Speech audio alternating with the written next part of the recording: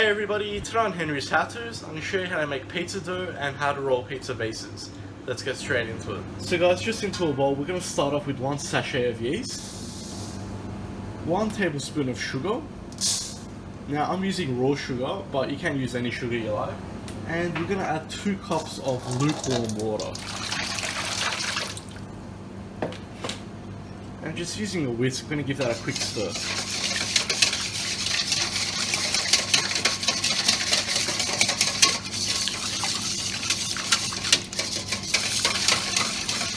And just try to get it all dissolved.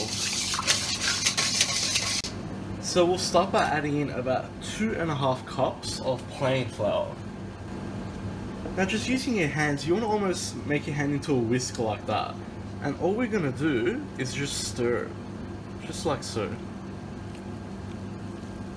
So we're just pretty much doing what a dough hook would do, but we're doing it very gently.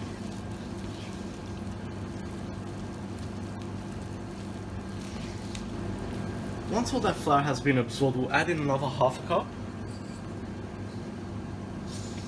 And once again, we'll just slowly work that through.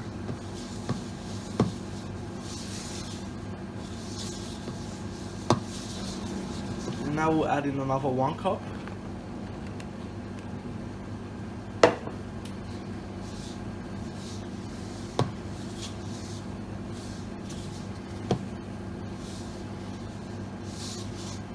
We'll just work the rest of that all in. Make sure you scrape the sides too, get rid of all that flour. So once your dough starts to come together like that, we're going to move this to the side and flour our surface. So just place some flour on your surface. The more the merrier. And we're going to bring our dough out onto our surface. And keeping some extra flour on the side, we're going to begin kneading this. So guys, this is easy. All you're really doing is playing around with the dough.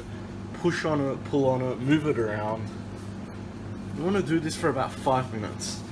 So what we're doing is basically getting the gluten in the dough to activate. So this step is very important. If you don't knead it properly, you're not going to have a nice soft dough. You're going to have a very dense, chewy dough. So the general rule with dough is always around about double your quantity of water for flour. So in total we are going to use 4 cups because we're using this flour on the board too. So if you are doing a bigger batch or a smaller batch, just keep that rule in mind. So for example, if you do 10 cups of water, do 20 cups of flour.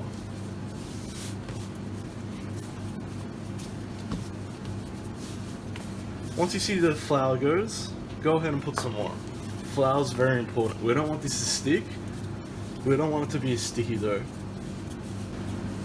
Okay guys, so it's been 5 minutes now. So what we're going to do, get some of our flour and put it all into the bowl on the bottom. You can scrape all this excess flour off as well and throw that in as well. Now this goes straight back into our bowl. Now we'll just cover this with some cling film. Make sure it's sealed. You don't want to come back after an hour and you've got a dry dough because the air's gotten in. Now leave this in a warm place for about 45 minutes to an hour until it's doubled in size. Alright guys, so as you can see, this has doubled in size now. And as you can see, it's nice and fluffy and workable. So at this stage, our dough is ready to make pizzas now. So you've got 2 ways of doing this. You can use a rolling pin if you're doing like 1 or 2 pizzas.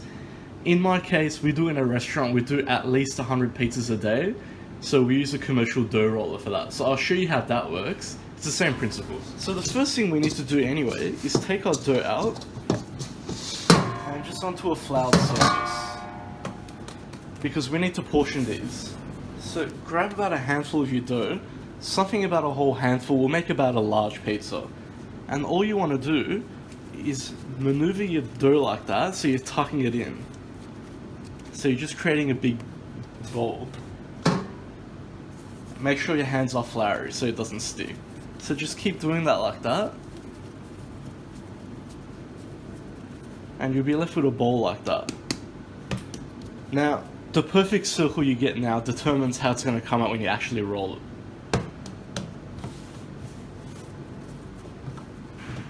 So do as many as you need to. If you don't need it all now, dough can be frozen. You can even roll it, then freeze it so it's ready for next time. That's up to you. So guys, now you have to determine what you're going to do when you roll it out. You can even use a pizza tray like this. Or in my restaurant we use pizza paddles like this because we have a wood-fired oven. So if you're doing something like this, on the bottom put some semolina. This stops the dough from sticking to the board. So guys, you want to get your dough like that. Make sure it's nice and floury. Now the way this works, it's a sheeter, so we'll turn it on. These are basically rolling pins that are always turning. We'll put it through the first one. As you can see, it flattens it. Then we'll turn it.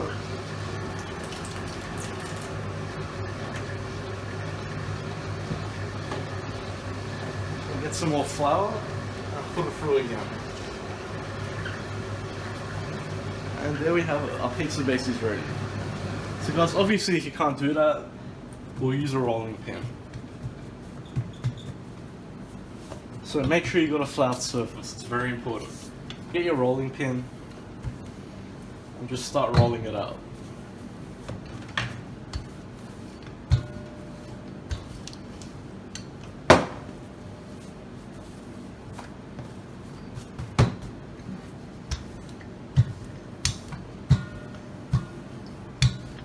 Ensure you're rolling in a certain way so you're keeping a circle.